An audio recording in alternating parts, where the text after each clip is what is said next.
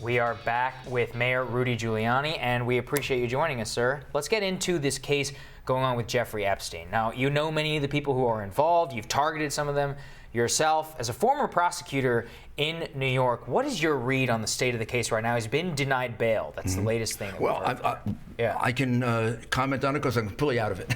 I don't know him, and I don't know the case in any kind of detail. So I'm like you. I read what's going on. It obviously is a very big case. They wouldn't have done it this way if it wasn't. It's obviously going to implicate a lot of people. I can't tell you who, but it's not going to end up with just Jeffrey Epstein. Yeah, what do we know that based on? And this is based on the forthcoming release of the indictment, right? Yeah. It's based on the indictment and then all the newspaper articles about all the people that were on his plane, how many times they were on his plane, people that came to his ranch. I mean, all of them are going to have to answer for, if you spent this much time with him and he was so involved with underage girls, who did you see him with? And what was he doing? And what did he tell you? And what did he say to you? And how could you have missed it? And so maybe some were innocent, maybe some weren't, but I think they're going to investigate everybody. And the prosecutor, the Southern District, which is my old office and the one that I think is the best in the country, I just get that plug in. I think they've already announced, far better for you to come forward and talk to us if you were on that plane or you went to those parties or whatever they were, and tell us what you know, rather than our ending up finding out about you another way. So, Mr. Mayor, if I represented any of these people, which I don't, I'd want to take advantage of that and be in that door quickly rather than later. Can they examine some of the work from the Florida District's office? So they basically, the Southern District, can they evaluate any of the crimes committed in the rest of the country now that it falls under their umbrella? Because Mr. Epstein really was a man of the whole country. I mean, he had a New Mexico property, Florida property. Given the fact that it looks like we have to presume him innocent. Yeah. Sure. I know that's hard, but we have to presume him innocent. Sure. But then we also have to say it's going to be investigated. It looks like they're going to investigate this on the theory that all that can be investigated because this was continuing activity. Yeah. So you can only prosecute him for the things that happened within the statute of limitations. But you could prove what happened before as the background and the history to this. So they're going to investigate the whole thing, I'm sure, and go back over the Florida case. And I don't know if it's the right judgment on the former Secretary of Labor that he incorrectly took a lower plea or not, because I don't know what he knew. Yeah. He did perform one helpful thing. He got him designated as a sex offender. So that meant they could continue to look at him, continue to observe him. So I don't know if that was helpful or not. Right, but seems to have improperly concealed from some of the victims the settlement that was involved. I don't know. You used to run the city of New York. Why was it, as somebody who oversaw the system, how was it Jeffrey Epstein was allowed to not show up for his probation check-ins, sex offender check-ins in multiple districts, I think including... Should have been put in jail the first time it happened. Yeah, right. I mean, how was the failure of the system? Well, somebody's going to have to look at that. I mean, you don't show up the day you're supposed to show up. You're supposed to go... The first time they revoke revoke your bail. Right. You'll have to explain it to a judge. Maybe the judge will give you a break the first time. Happens the second time, you go back into jail. Yeah. I mean, that's the way I remember it, but, you know... Yeah. Those are the good old days. Yeah, we'll wait to hear the explanation there. Let me get you a little bit on presidential politics before we have to let you go. So we see, Joe Biden at the top of the pack on the Democratic side at the moment. Wobbling. And we've wobbly. Wobbly. Yeah. Speak to that. I mean, do you think that he's supported? It looked to me like that last debate looked like a knockout by Kamala Harris. She knocked Joe out.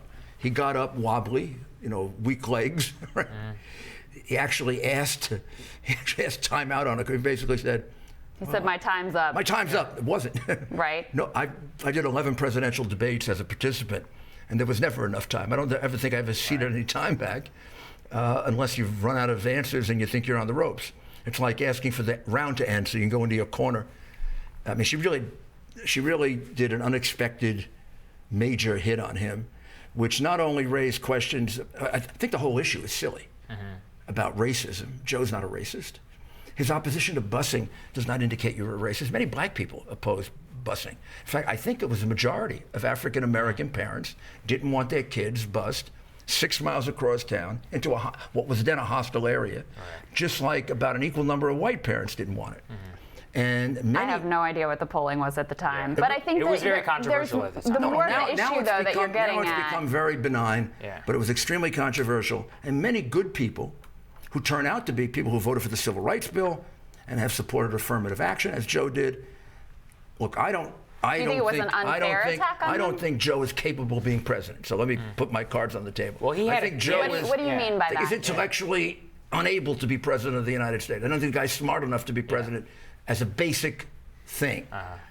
I know Joe for a long time. I also think his activities in Ukraine and China have to be seriously investigated. And it's a Democratic press that's protecting him. And they're actually going easy on him. His son walked out of China with a $1 billion investment from the government of China, from the Bank of China, when he was there negotiating for the United States of America. Do you plan on pursuing that more? And caving into China. Yeah. He not only negotiated with China, he caved into China on tariffs, on the islands.